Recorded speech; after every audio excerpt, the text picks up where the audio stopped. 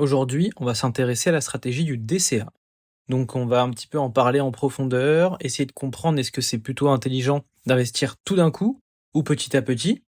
Est-ce que c'est intéressant d'investir tout d'un coup quand on a beaucoup d'argent ou pas? On va regarder ça un petit peu ensemble, investir progressivement, à quoi ça sert, quel est l'intérêt.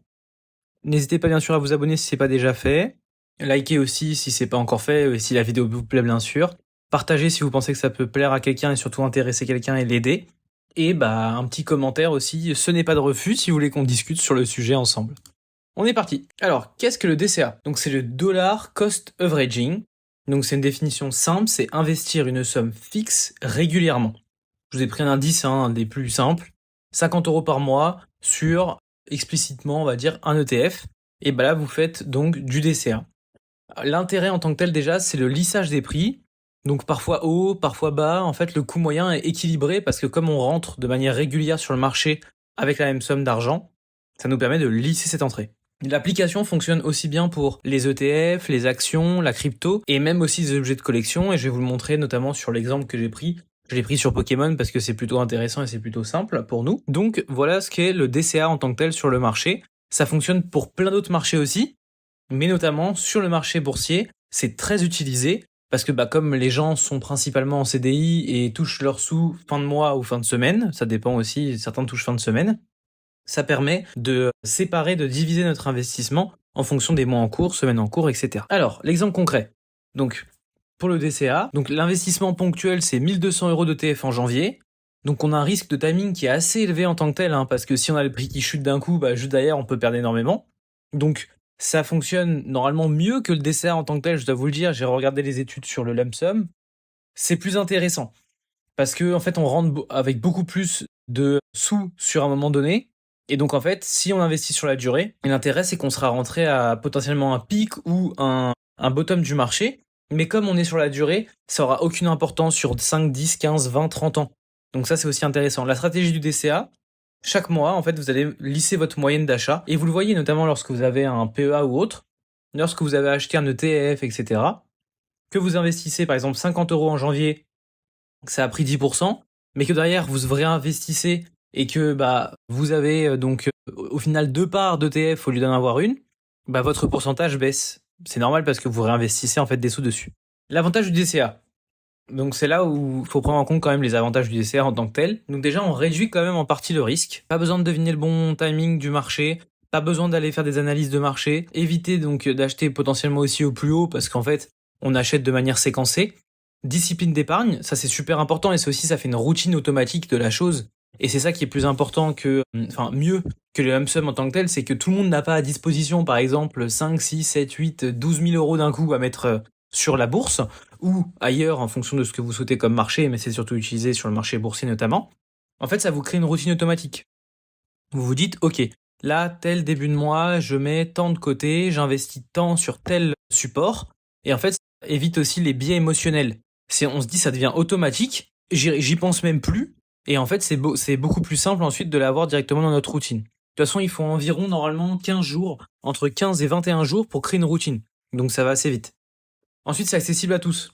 Commencer avec 50 € par mois, c'est parfait pour débuter. Ça nous évite aussi potentiellement d'avoir peur parce que lorsque vous mettez directement une grosse somme, c'est quand même psychologiquement assez compliqué. Là, vous commencez avec 50, c'est quand même assez atteignable pour tout le monde d'épargner 50 et de l'investir ensuite. Et enfin, hop, on commence ça directement et on se crée notre petite routine d'épargne automatique.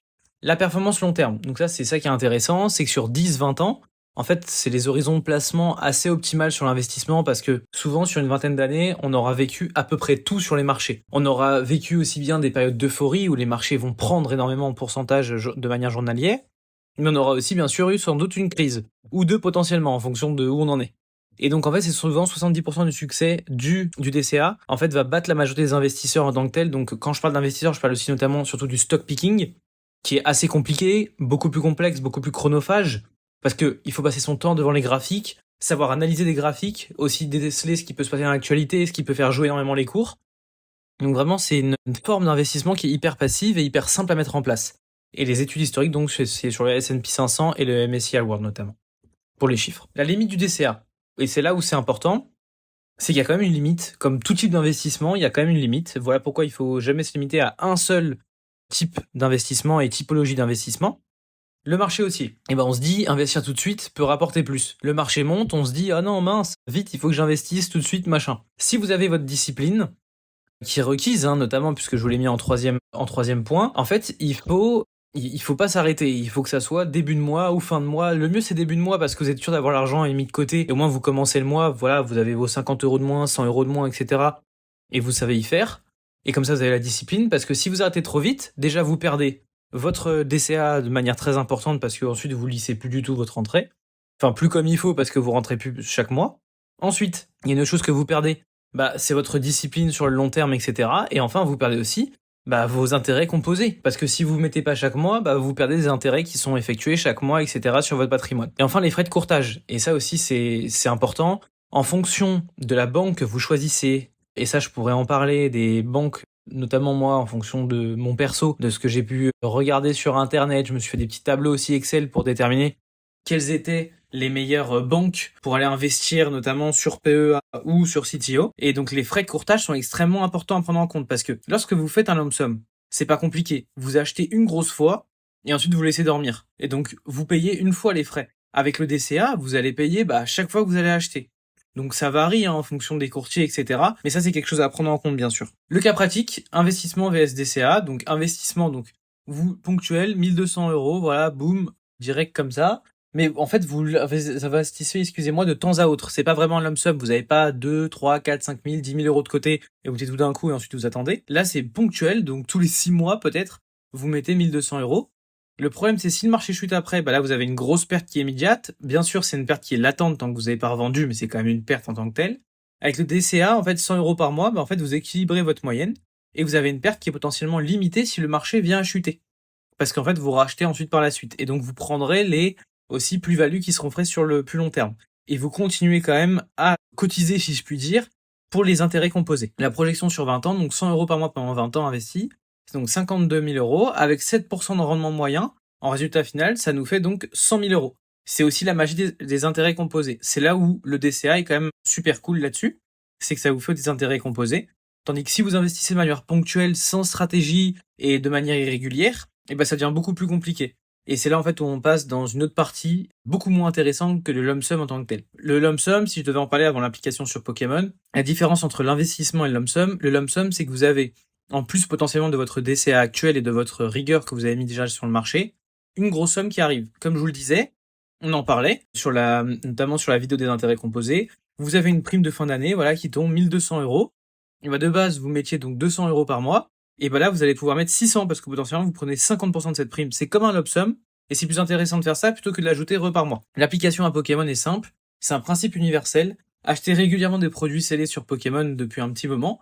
Ça vous permet déjà donc de gagner pas mal de sous parce que quand on regarde sur les années qui sont passées, Pokémon a fait quand même de très très belles performances. Mieux notamment certains items, etc. que le marché boursier.